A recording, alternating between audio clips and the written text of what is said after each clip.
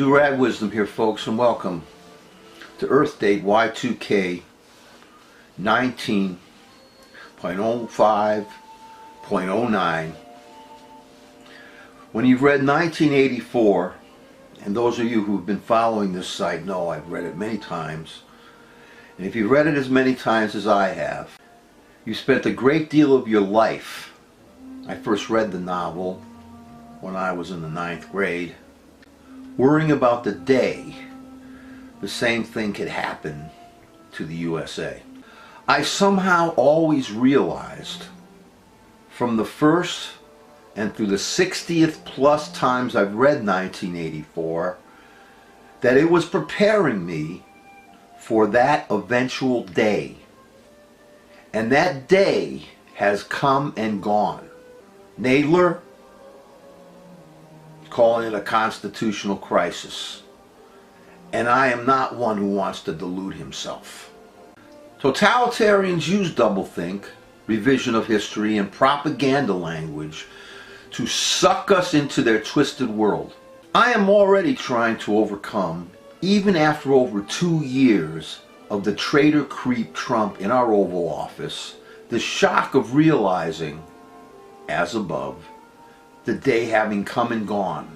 We now have a vicious enemy in our Oval Office, alongside his enablers, including the former White House counsel, Don McGahn, who used the cancerous Trump clown like a slot machine, giving out one extremist religious justice after another to curse our lives.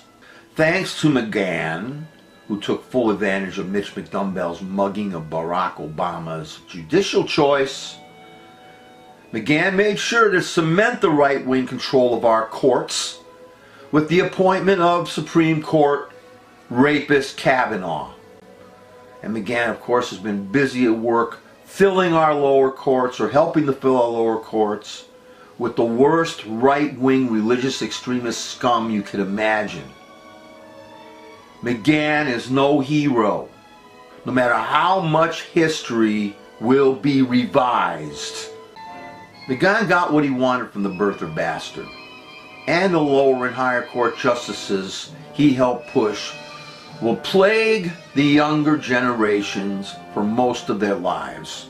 Doublethink is holding two opposing views and believing in one or the other, depending on who is in power and what their opinion is.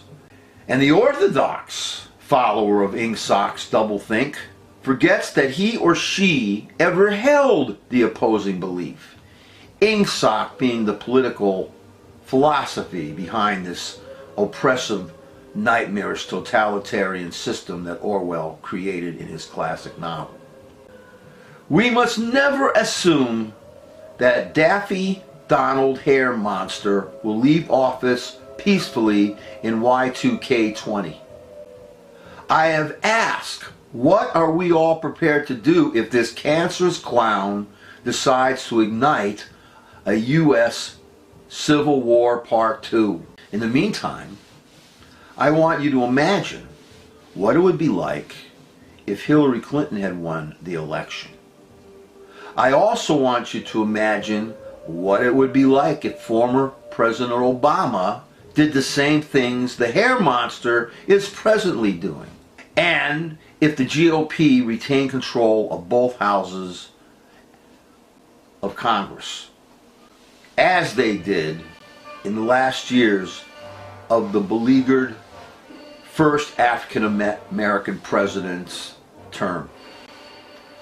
Our Trumpist enemies are liberally, no pun intended, using doublethink and the revision of history and, of course, political language right out of 1984. And we must not tolerate this, or else it will inexorably change our way of life to the worse forever. Presidents, members of Congress, and these creeps in the Supreme Court, they all have to behave a certain way, and they all have to respect the co-equal branches of our governments, from the federal all the way down to the local. And anyone who challenges that, and it's tolerated, will destroy our country, will change it forever. There's always a creep who's going to try to break rules meant to protect us. And we must stand and stop them. Trump claims, revision of history, that he is the most persecuted president.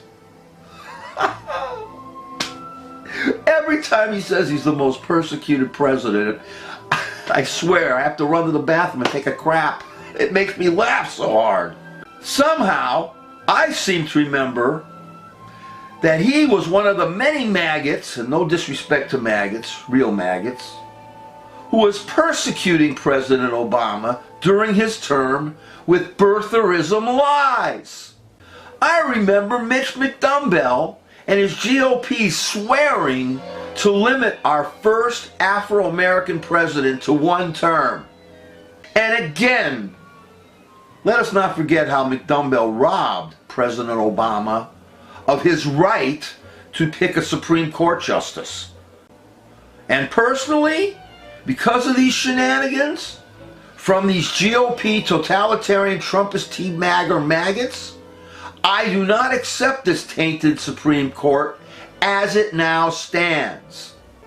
And what if Hillary had been elected amidst a GOP legislature? She would not have seen an end to investigations. I mean, you got to check out the alternate universe. There's like no escape. Somehow, some way, whether one is in charge of the other, human beings in our naked ape phase of evolution are bound and determined to make each of us as miserable as possible. And by the way,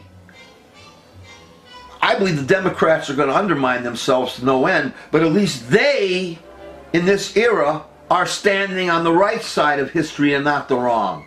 And what would have happened if Obama had buddied up with Putin, with Kim Jong-un? What would happen if he refused to release his taxes? What would the GOP do if President Obama told his Attorney General to defy Congress? Didn't they go after Holder for Fast and Furious? What would happen if President Obama told his White House counsel to defy Congress as well? What would these Trumpist bastards do if Obama started a trade war with China or with anyone? What if Obama had said there were nice Nazis too? Wouldn't Obama be blamed for all the school shootings if he were president? If Obama had a zero tolerance at the border and locked up children in cages with no way to find their parents, would the GOP creeps be silent? If Obama pulled out of the Paris Climate Accords, do you actually believe that the GOP would again be silent, even though they hate the idea of climate change and everything else? And that they love oil companies and lick their oily asses? Do you think the GOP would have let President Obama get away with anything that Trump is getting away with now? I've read 1984 more than 60 times throughout my lifetime. It taught me, it warned me, it prepared me. And now that we have a fiendishly evil dictator in our Oval Office, I am here to make sure that you know too, so that we can simply take our country back and protect it like we've never ever done before. Because frankly, we have taken our freedom and liberty and our Constitution for granted. Oh yes, we have a dark side in this country. Oh yes, we have some evil crap in this country.